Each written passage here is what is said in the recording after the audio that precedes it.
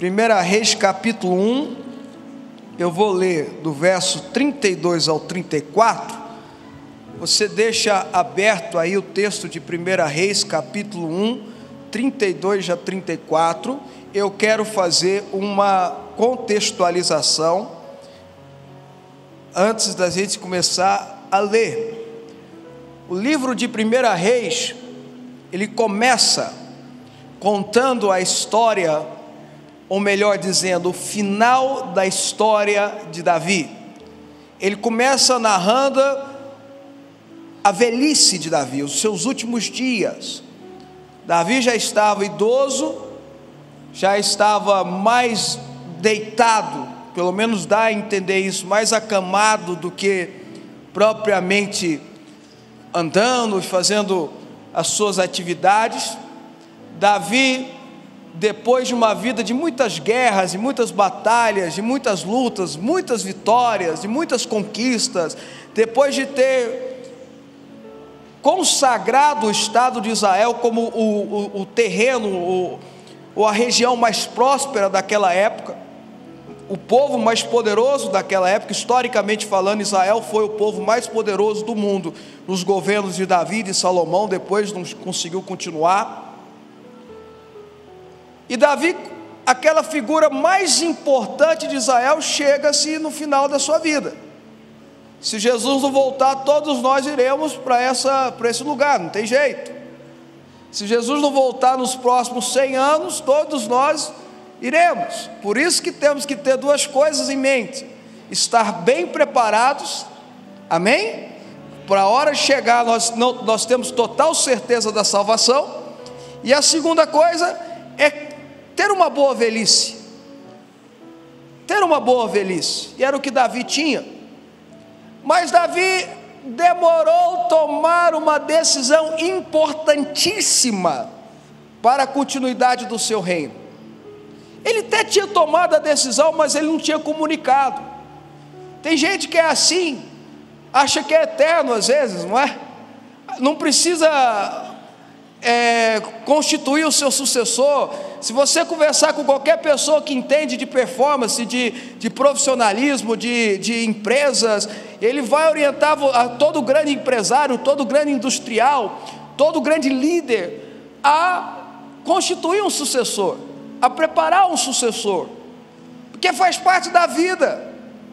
E para que você constitua e construa o seu legado, e o seu legado permaneça, não morra com você, você precisa ter o seu sucessor que vai fazer as coisas que você faria, e até melhores. Se você é um bom líder, na verdade você vai constituir alguém que vai fazer coisas melhores do que você, maiores do que você. Jesus fez isso.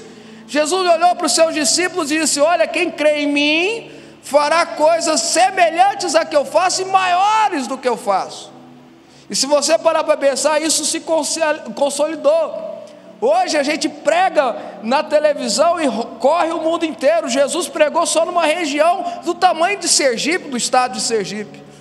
Hoje as pessoas usam a internet, numa publicação, alcança 1 milhão de pessoas levando a palavra de Deus. Jesus não usou no seu ministério pessoal, não conseguiu alcançar mais de que 3, 4 milhões de pessoas, mas isso com a sua palavra, propagada através dos seus discípulos. Hoje a pessoa prega no mundo inteiro através da internet. Então essa palavra se consolidou.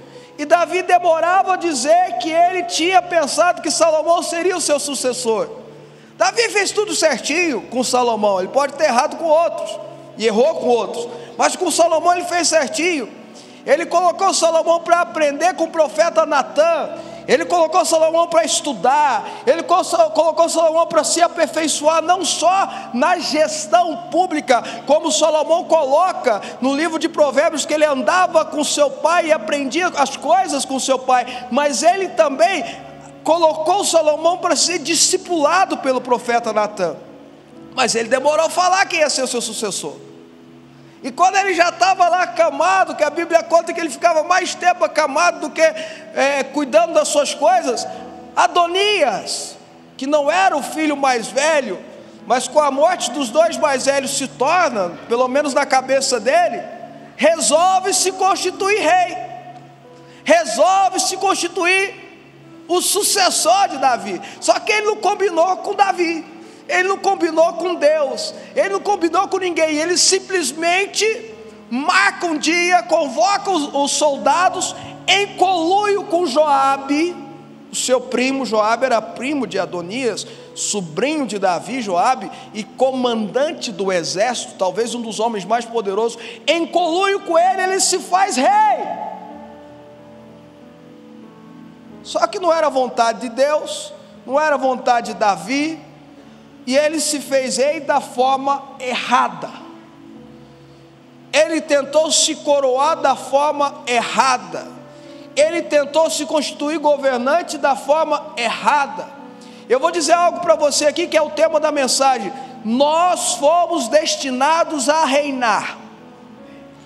Vou repetir, porque você não ouviu. Nós fomos destinados a reinar, reinar em vida. Deus nos constituiu como reis e sacerdotes, como representantes dele. E quando eu falo reinar em vida, é lógico que eu não estou falando de um governo natural apenas, apesar de que aquele que é cristão, cheio do Espírito Santo e tem o conhecimento necessário e tem condições de governar em vida natural, governar de forma natural, deve fazer, e assim é através da democracia, não tem outra forma. Mas quando eu falo reinar em vida, eu estou dizendo alcançar os lugares especiais, os lugares de destaque. Nós somos chamados a ser da realeza, porque todos aqueles que receberam o Senhor Jesus, deu-lhes o poder de serem feitos filhos de Deus. Mas tem que ser da forma certa, não pode ser da forma errada. Adonias, talvez sabendo que ele era da realeza, quis fazer da forma errada. Adonias, talvez sabendo que ele era o mais velho, ou que era na cabeça dele que ele tinha o direito, ele quis fazer da forma errada. E tudo que começa, que é feito da forma errada, não dá certo, irmão. Vai dar errado. E Davi chama, depois que isso aconteceu, na verdade Betseba, a mulher de Davi, e Natã chegam nele e falam: olha, mas não foi isso que o Senhor quis. Só tinha outro propósito, Deus tinha falado outra coisa para o Senhor. E eles contaram dessa artimanha de Adonias. E Davi fala assim: presta atenção que eu vou ensinar para vocês como é que faz o negócio. Vou ensinar para vocês como é que é governar em vida. Vou ensinar para vocês como é que se deve constituir um rei na terra. Mas é interessante porque eu falei para vocês, irmãos, que Davi demorou a tomar a decisão. Ele demorou a tomar a decisão. Esse foi um dos erros da carnalidade, da humanidade de Davi. A gente não pode demorar a decisão, tomar uma decisão, quando nós estamos partindo dessa para muito melhor, porque é onde nós vamos, em nome de Jesus. Mas Davi tinha um propósito. Ele sabia por que ele estava fazendo isso. Porque tem um verso, eu só vou citar ele rapidinho, não é a mensagem, mas só para a gente entender. No verso 29, na hora que ele chama os seus principais mensageiros, os seus principais conselheiros para dar o veredito, para dar a decisão, ele diz assim, eu vou ler direitinho aqui, peraí.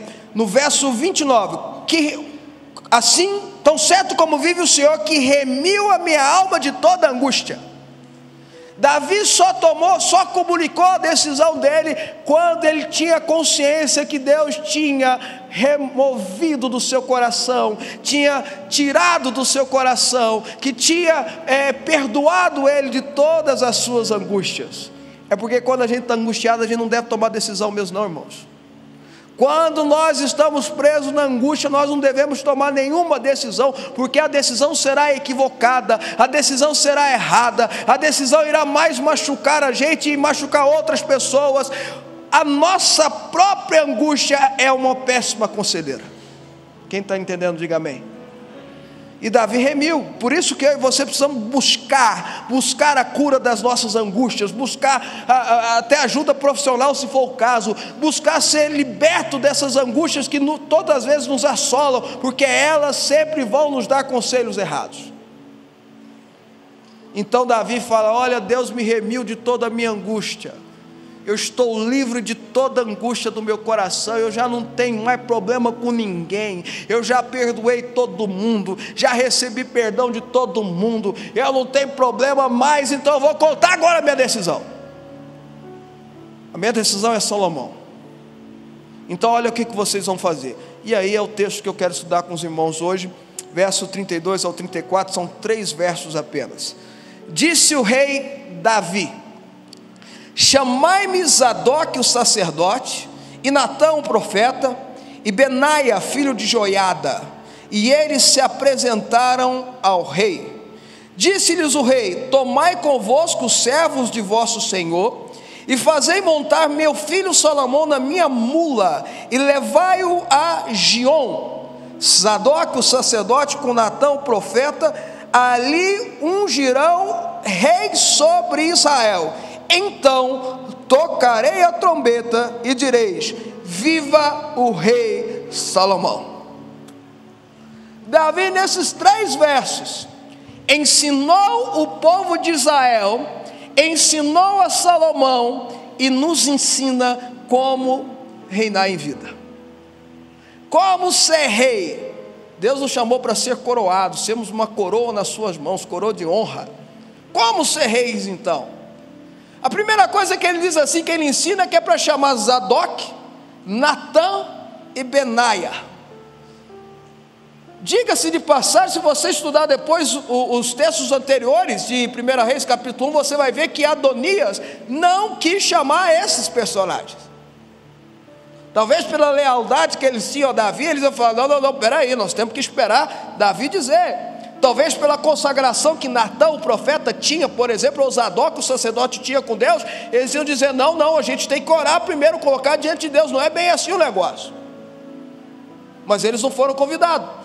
Davi manda chamar exatamente esses 3 que eram os 3 principais, com a exceção de Joabe, que não estava, dos seus assessores, mas tem um significado espiritual aí. Zadok era o sacerdote constituído por Deus para começar uma nova linhagem. Deus tinha destituído a linhagem de Arão, na verdade, a linhagem de Arão não, mas a linhagem de Eli, e tinha pegado da linhagem de Arão uma outra linhagem, a linhagem de Zadok, porque a linhagem de Eli, se você estudar na Bíblia, você vai ver, se afastara de Deus. Então Deus constituiu uma nova linhagem para estar como sumo sacerdote, para estar representando Deus no sacerdócio, no templo, que era Zadok. Zadok tem a representação sacerdotal, tem a representação do templo, tem a representação da igreja, tem a representação da eclésia, do corpo de Cristo. Se eu quero reinar, eu tenho que entender que eu tenho que trazer a bênção de Zadok sobre a minha vida. Eu tenho que estar inserido em Zadok, e Zadok tem que estar inserido em mim. Eu só reino dessa forma. O reinar em vida, quando é Deus que concede, e quando Deus concede, ninguém pode te tomar, só vem através da bênção, segundo o salmista, que é derramada sobre a barba de Arão. E ele diz mais, ele fala: traz o profeta Natã também. O profeta Natã era a cobertura de Davi, era a cobertura espiritual. E a gente entende que Natã era mais novo, inclusive, porque Davi começou a ser coberto. Ele tinha 3 pessoas que orientavam. Ele começou com Samuel, ele tinha o profeta Gade também, e Natã. Os homens de Deus que estavam ali sempre, mas Natã era aquele que ele tinha mais proximidade, é aquele que tinha mais afinco, é aquele que ele ouvia mais, aquele que ele se abria. Mas Natã também era uma representação do sobrenatural na vida de Davi. Quando Davi precisava ouvir a voz de Deus, e Natã aparecia para ele, ele sabia que Deus ia falar com ele, o sobrenatural ia funcionar.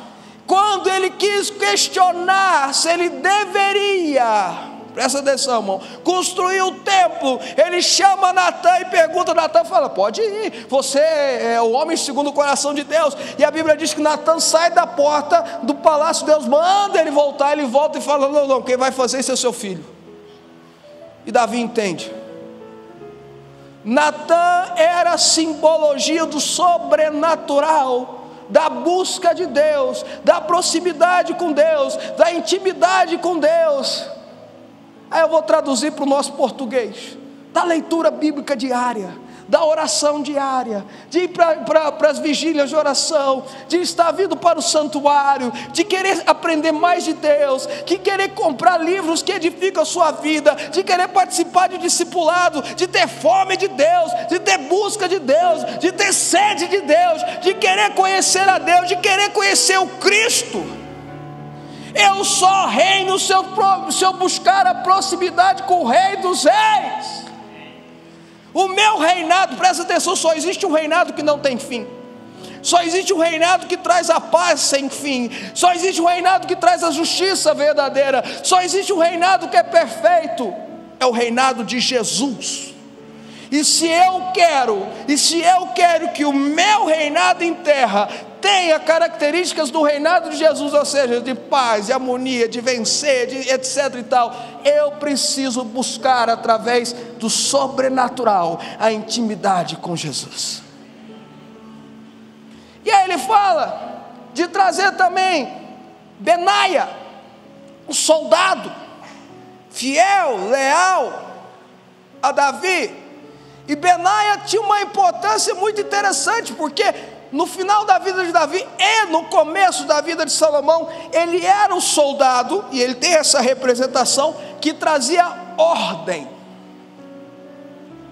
Benaia foi quem Salomão, na hora que ele assumiu, para consolidar o seu reinado. Porque vocês acham que Adonias parou por aí?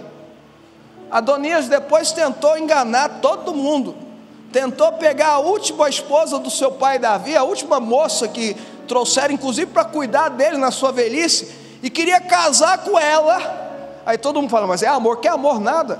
E queria casar com ela para falar assim, olha, tá vendo, é mentira, meu pai me deu ela para ser minha esposa, vocês estão vendo? Porque meu pai queria que eu fosse rei. Isso tudo incolui com Joabe, com esse povo todo. E ele tenta até enganar Betseba, mãe do rei, para a mãe do rei tentar enganá-lo. É uma coisa tão absurda que eles fizeram. Eles não pararam por aí. E aí Salomão usa Benaia para trazer ordem. Para trazer ordem. Não tem como se tornar rei se não tiver ordem na sua vida. Ordem. Você precisa trazer ordem. Ezequias estava desesperado e ia morrer. O profeta chega ali e fala assim, ó, põe a tua casa em ordem, tu está indo embora.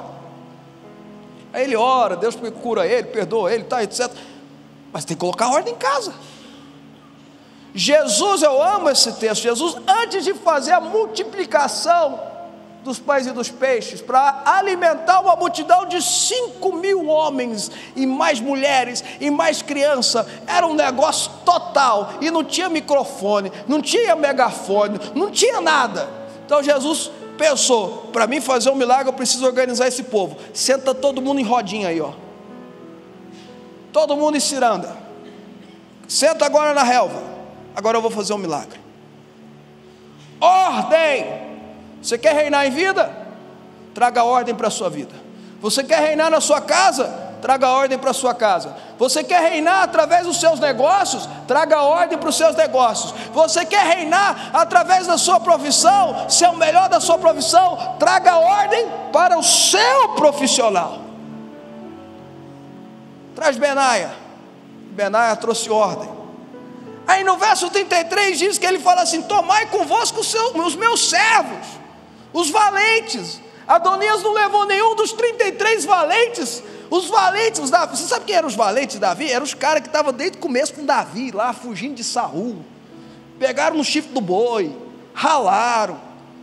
Não tinha uma vida, se você estudar a Bíblia, você vai ver que a vida deles anteriormente era uma vida terrível, mas aí a graça veio, modificou eles. Eles aprenderam com Davi, foram discipulados, aprenderam com Natã, aprenderam com sacerdotes, começaram aprendendo com Samuel. Então eles se tornaram homens bons, preparados, homens de guerra, homens leais ao seu estado, homens leais ao seu governante, homens prósperos. E Adonias não levou eles. E Davi fala assim, você vai chamar dos 33, um já tinha morrido, vai chamar os 32, e você vai levar os meus homens com você, você vai ser grato a eles, você vai honrá-los. Não tem como reinar se você não tiver no seu coração um coração cheio de gratidão. Vou repetir, não tem como você reinar se o seu coração não estiver cheio de gratidão. A gratidão é parte integral da natureza divina. Quando eu deixo de ser grato a alguém que me ajudou de alguma forma, preste muita atenção em nome de Jesus que eu vou dizer para você, eu deixo de expressar o caráter de Deus.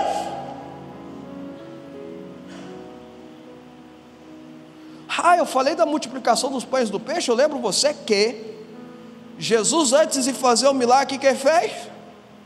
Deu graças, agradeceu. Quando eu sou grato a algo ou alguém, esse algo se multiplica na minha vida.